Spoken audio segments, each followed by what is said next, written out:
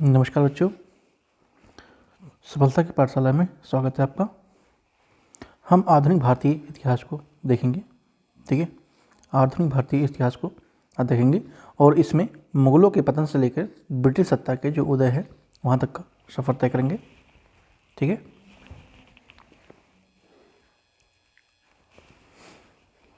तो चलिए शुरू करते हैं। और हमने और भी बहुत सारी वीडियो आपको लिए प्रोवाइड करवाई है, इस चैनल पे है, आप चाहें तो जाकर दे सकते हैं। ऐसे ही उसमें भी आपके लिए नोट्स बनाए गए हैं और काफ़ी कंसाइज वे में नोट्स बनाए गए हैं ताकि आपको दिक्कत ना हो। और आज की विषय सूची क्या रहने वाली है, पहले देखेंगे हम मुगल साम्राज्य का पतन, उसके बाद जो अयोग्य उत्तराधिकारी हैं और बाहरी आक्रमण को देखेंगे, भारत में ब्रिटिश सफलता के कारण भी देखेंगे, साथ में बंगाल विजय और जो प्लासी बक्सर का युद्ध है बहुत ही महत्वपूर्ण है, इसको देखेंगे। यहाँ से क्वेश्चन अक्सर देखने को मिलते हैं। क्वेश्चन तो लगभग आपके इन दो सेगमेंट से देखने को मिलते हैं तीनों से, लेकिन यहाँ मतलब ये मेंस के लिए ज़्यादा इंपॉर्टेंट होने वाला है। तो चलिए शुरू करते हैं। चैनल पर नए हैं तो सब्सक्राइब जरूर कीजिएगा। आप सब लोग देखते हैं लेकिन सब्सक्राइब नहीं करते हैं, सब्सक्राइब करेंगे थोड़ा अच्छा लगेगा कि इतने सारे लोग हमारे साथ जुड़े हैं और उनका लिए कुछ किया जा रहा है। ठीक है, चलिए शुरू करते हैं। तो मुगल साम्राज्य के पतन के कारण क्या रहे हैं। ठीक है, तो पतन का कारण ये भी है कि एक विशाल साम्राज्य हुआ करता था। विशाल साम्राज्य है तो विशाल साम्राज्य से उसमें क्या क्या होगा, उसमें बहुत सारी चुनौतियों का सामना करना पड़ता है। ठीक है, बहुत सारी चुनौतियों का भी सामना करना पड़ता है, जैसे इकोनॉमिक, आर्थिक और राजनीतिक, सैनिक, बहुत सारी चीज़ें हैं जो इसमें दिक्कत होती है। उसके बाद क्षेत्रीय शक्तियों का उदय होता है धीरे धीरे। जब कोई साम्राज्य विशाल होता है तो क्षेत्रीय जो शक्तियाँ हैं उनका धीरे धीरे उदय होता है और वो फिर क्या करती हैं, वो इसको ठीक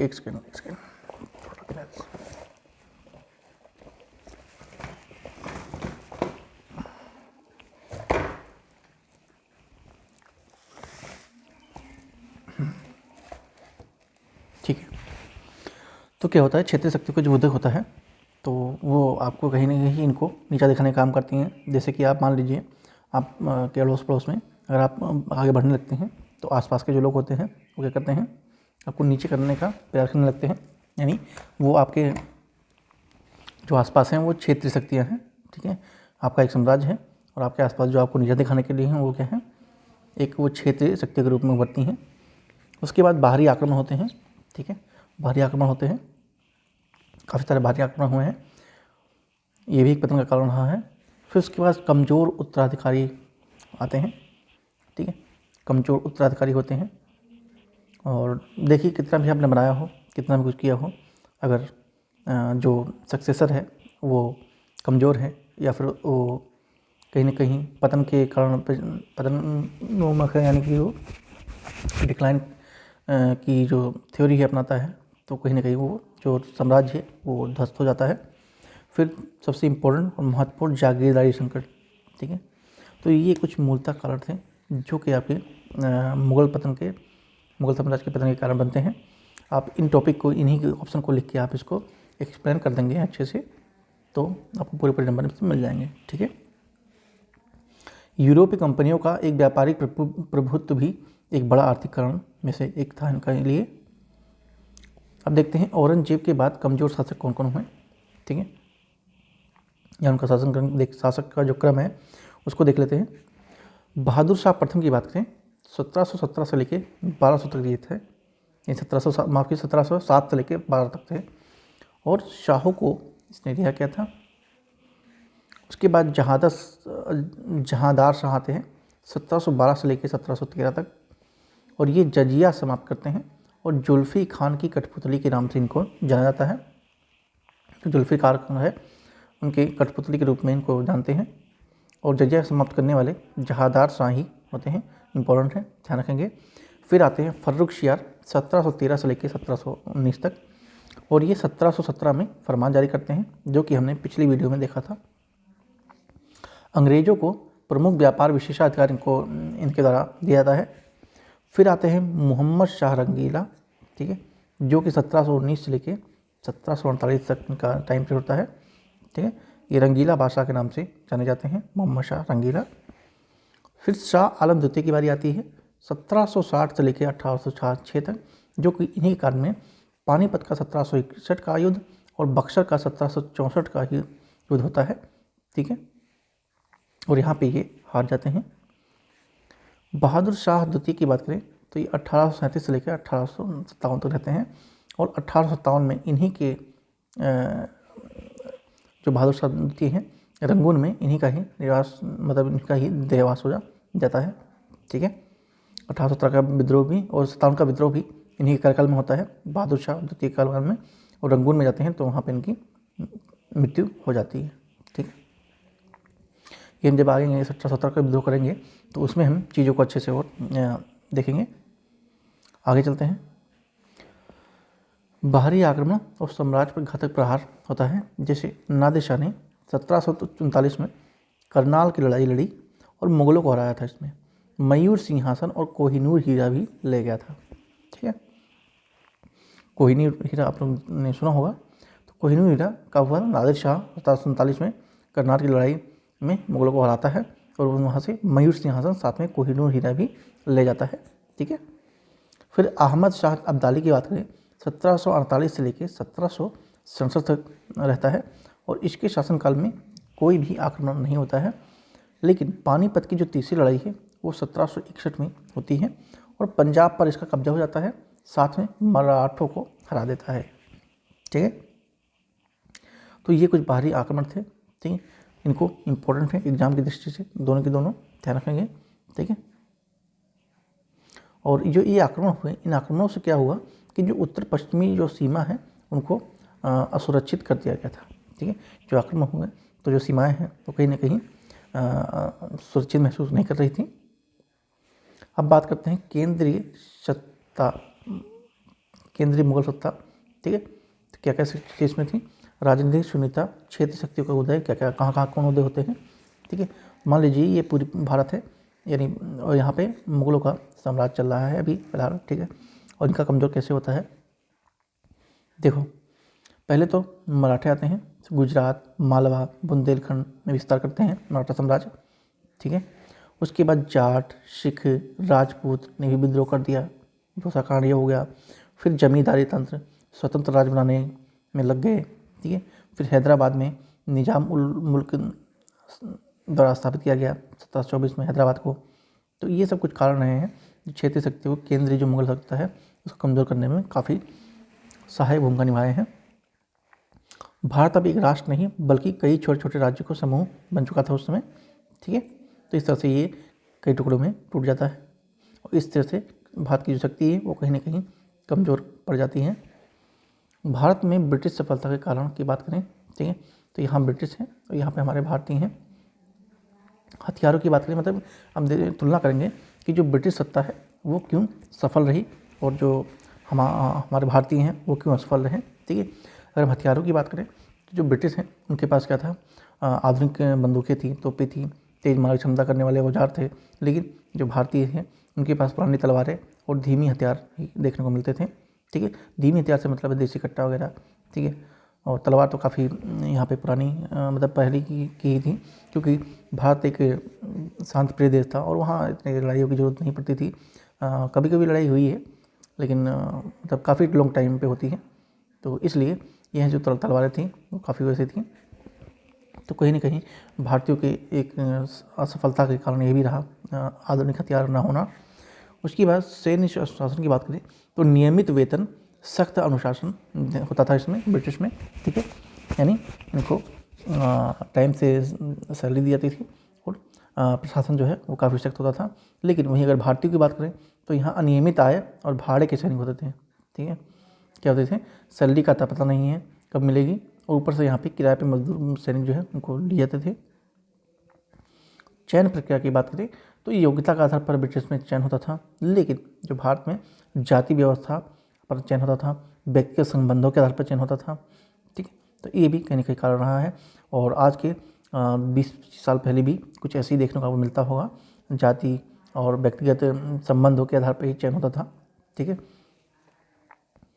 मेरे खुद के 1-2 जानने वाले हैं जिनका जो चयन है वो कहीं ना कहीं व्यक्तिगत संबंधों के आधार पर हुआ है। तो मतलब अभी तक था, अब तो ऐसा नहीं है शायद, लेकिन अभी भी करप्शन कहीं ना कहीं है। अब हो सकता है कि जो जान पहचान वाले हैं उनका होता हो। एनीवे, ये टॉपिक हमारा नहीं है। हम देखते हैं अपने मेन टॉपिक में, ब्रिटिश सफलता के मुख्य स्तंभ क्या क्या थे। एक तो मजबूत वित्त था इनका, ठीक है, मतलब मजबूत आर्थिक व्यवस्था थी। ब्रिटिश व्यापार मुनाफे से युद्धों का पोषण, और भारतीय शासकों के पास राजस्व की कमी हुआ करती थी, ठीक है। मजबूत वित्त थी, भारत के पास मजबूत शासकों के पास राजस्व की कमी थी। उसके बाद राष्ट्रवादी गौरव की बात करें तो ब्रिटिश एकता और भौतिकवादी दृष्टि वाले लोग थे, और भारतीयों में राष्ट्रीय चेतना का अभाव था, ठीक है। भारतीयों में क्या था, राष्ट्रीय चेतना का अभाव था।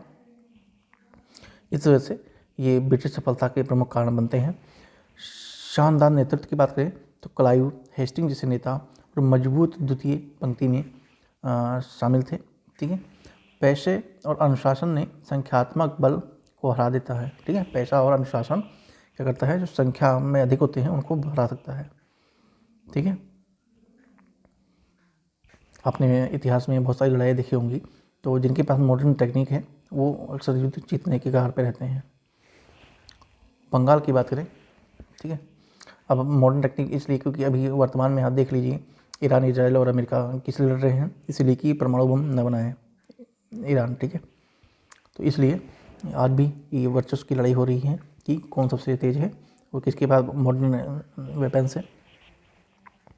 बंगाल की बात कर लें, भारत की चाबी माना जाता था, क्यों? क्योंकि सबसे समृद्ध सूबा था पूरे प्रांत में उस समय, मतलब पूरे देश में। निर्यात की बात करें तो यहाँ पर रेशम, सूती वस्त्र और शोरा यहाँ पे काफ़ी प्रचुर मात्रा में देखने को मिलता था। व्यापारिक केंद्र भी था, जैसे हुगली, कासिम बाजार, ठीक है, पटना, ढाका और कलकत्ता, ठीक है। कलकत्ता उस समय आपका बंगाल, बिहार और ये बंगाल, बिहार और ये झारखंड, ये सब आपका मिला के पूरा बंगाल प्रांत का करता था, ठीक है। तो पटना वर्तमान में जो पटना बिहार की राजधानी है ये भी उसमें था, और ढाका भी, कलकत्ता भी, ठीक है। तो बहुत बड़ा ये मतलब था, यहाँ बहुत सारा ये समृद्ध हर तरीके से। मुर्शिद कुली खान और अलीवर्दी खान ने इसे समृद्ध बनाया और मराठों से भी बचाया था। जो बंगाल जीतेगा वह भारत पर राज करेगा, ऐसा उस समय की थ्योरी हुआ करती थी, क्योंकि सबसे समृद्ध प्रांतों में से एक में गिना जाता था। अब देखते हैं सिराजुद्दौला के बारे में बात कर लेते हैं, जो बंगाल की हमने बात की है, ठीक है। तो क्या हुआ, ये एक्चुअली में गद्दारों से घिरा हुआ था। क्यों घिरा हुआ था? क्योंकि जिसका चचेरा भाई है शौकत जंग, चाची घसीटी बेगम, ठीक है, ये इसके विरोधी थे, ठीक है। और सिराजुद्दौला के जो चाची हैं उनका नाम क्या है, घसीटी बेगम, ठीक है, घसीटी बेगम है, और ये उनकी विरोधी थी। चचेरा भाई शौकत जंग भी इनका विरोधी था। साथ में दरबारी गुटबाजी की बात करें तो जगत सेठ, ओमी चंद, राय दुर्लभ, मीर जाफ़र इंपॉर्टेंट रोल निभाता है। मीर जाफ़र सबसे बड़ा गद्दारों में देखा जाए तो मीर जाफ़र ही होता है, ठीक है। आने वाले टाइम में मतलब उस टाइम की सबसे बड़ा जो आत्मघाती है यानी धोखेबाजी, वो मीर जाफ़र करता है सिराजुद्दौला के साथ। फिर आती है ब्रिटिश चुनौतियों में, जैसे दस्तक कर का उपयोग, ठीक है, दस्तक एक चुनी में कर होता था, ठीक है, दस्तक का उपयोग। फिर कलकत्ता की किलेबंदी, ठीक है। तो ये सब कारण हैं जो कि सिराजुद्दौला के लिए अंतिम वो बनते हैं, मतलब विनाश के लिए कारण। सबसे मेन और इम्पोर्टेंट प्लासी का युद्ध की बात करें तो 1757 में ये होता है। स्थान की बात करें, आप सब जानते हैं बंगाल में होता है। सिराजुद्दौला जो कि बंगाल के नवाब थे, जो हमने भी देखा, और रॉबर्ट क्लाइव के बीच होता है, ठीक है। व्यापारिक विशेषाधिकार पर विवाद होता है और ब्रिटिश इरादों पर इनको संदेह होता है। संधि की बात करें तो अलीनगर की संधि के बाद इनका जो ये है ये समाप्त होता है। यह एक युद्ध नहीं था बल्कि मीर जाफ़र का धोखा था। जैसे मैंने बताया आपको, जो मीर जाफ़र है वो सबसे बड़ा धोखेबाज निकला था। ब्रिटिशों का फोर्ट विलियम पर एकाधिकार यहाँ से हो जाता है, ठीक है। फिर बक्सर का युद्ध की देख लेते हैं। ये बिहार में होता है 1764 में, और ये मीर कासिम और शुजाउद्दौला जो कि अवध के इमाम थे, और शाह आलम द्वितीय जो कि मुगल साम्राज्य से थे, और हेक्टर मुनरो के साथ होता है, ठीक है। यानी मीर कासिम, सिराजुद्दौला और शाह आलम द्वितीय, तो ये तीनों मिलकर ब्रिटिश से लड़ते हैं, जो कि उसका नेतृत्व हेक्टर मुनरो कर रहे थे। और यहीं पे मुग़ल साम्राज्य और अवध नवाब दोनों ही हार गए। ठीक है, यहाँ ऐसा पहली बार हुआ कि जो 3 लोग थे वहाँ पे, अवध के नवाब, ठीक है, अवध के नवाब यानी शुजाउद्दौला और मुग़ल सम्राट जो कि आपके शाह आलम द्वितीय हैं, ये 2 लोग हार जाते हैं। उत्प्रेरक कारक की बात करें तो मीर कासिम द्वारा ब्रिटिश प्रभुत्व की चुनौती देना, ठीक है, मीर कासिम द्वारा ब्रिटिश प्रभुत्व को भी चुनौती देना अंग्रेजों की वास्तविक जो सैन्य जीत है वो दोनों पक्षों को भारी क्षति पहुंचाती है। प्लासी और बक्सर की बात तुलना कर लेते हैं। ठीक है, प्लासी कब होता है 1757 में और बक्सर 1764 में। ठीक है, ये षड्यंत्र और धोखा वाली प्रकृति थी, या नेचर इसका क्या था, षड्यंत्र और धोखा देकर इसका प्लासी युद्ध जीता गया था। बक्सर का वास्तविक सैन्य श्रेष्ठता का प्रदर्शन यहाँ पे देखने को मिलता है। यहाँ पे केवल बंगाल के नवाब थे, लेकिन बक्सर के युद्ध में उत्तर भारत की 3 प्रमुख शक्तियाँ देखने को मिली। प्रभाव की बात करें तो बंगाल पर पैर जमाए गए प्लासी के युद्ध में, और बक्सर में पूरे भारत पर ब्रिटिश शासन की मुहर लग गई। ठीक है, बक्सर के युद्ध के बाद क्या हुआ, पूरे शासन में जब उन्होंने 3 शक्तियों को हरा दिया, शासकों को, तो क्या हुआ कि वहाँ पे उनकी मुहर लग गई कि हम सर्वोच्च सबसे शक्तिशाली हैं। ठीक है, फिर इलाहाबाद की संधि होती है। बक्सर के युद्ध के बाद रॉबर्ट क्लाइव द्वारा 2 संधियाँ होती हैं, शुजाउद्दौला अवध के साथ और दूसरा शाह आलम द्वितीय मुगल सम्राट के साथ होती है। सबसे बड़ा परिणाम क्या होता है, अंग्रेजों को बंगाल, बिहार, उड़ीसा के दीवानी अधिकार राजस्व मिल गए। ठीक है, अभी युद्ध जीतने से इसको क्या फ़ायदा हुआ कि ये दीवानी अधिकार थे बिहार, बंगाल, उड़ीसा के, तो इनको ये मिल जाते हैं, अपनी कब्जे में कर लेते हैं। अब थोड़ा निष्कर्ष की बात करें कि सत्ता परिवर्तन का समीकरण क्या रहा। ठीक है, तो कमज़ोर जो मुगल थे वो क्यों हारे, क्या वैसे, मतलब कुल निष्कर्ष की बात करें तो पहली बात तो ये कमज़ोर मुगल थे। ठीक है, उसके बाद बटी हुई क्षेत्रीय शक्तियाँ, आपस में सब लोग बटे हुए थे, जैसे उधर हैदराबाद और भी बहुत सारी शक्तियाँ जो बटी, हमने बताया भी आपको। उसके बाद ब्रिटिश सैन्य वित्तीय श्रेष्ठ। ठीक है, सबसे बड़ा किसी चीज़ को अगर श्रेष्ठ बनाता है तो वो है आर्थिक व्यवस्था। ठीक है, अगर आर्थिक व्यवस्था कमज़ोर है तो बहुत सारी चीज़ें हैं आपको जो डाउनफॉल कर सकती हैं। तो इन सबका कुल मिला के बात करें तो ब्रिटिश भारत में जो ब्रिटिश साम्राज्य है ना, उसकी क्या होता है, स्थापना हो जाती है इन सभी कारण। अगर ये सब सही होती तो हो सकता था आज इतिहास कुछ और होता और भारत में ब्रिटिश साम्राज्य की नींव भी न पड़ने पाती। ठीक है, आई होप आप लोगों को चीज़ अच्छी लगी होंगी और समझ में आई हो तो बताइएगा कमेंट में, और thank you so much. Subscribe जरूर कर लीजिएगा, और PDF के लिए आप टेलीग्राम से जुड़ेंगे, वहाँ से आपको उसकी PDF मिल जाएगी, PDF फ्री ऑफ कॉस्ट है। ठीक है, थैंक यू सो मच, मिलते हैं नेक्स्ट वीडियो में।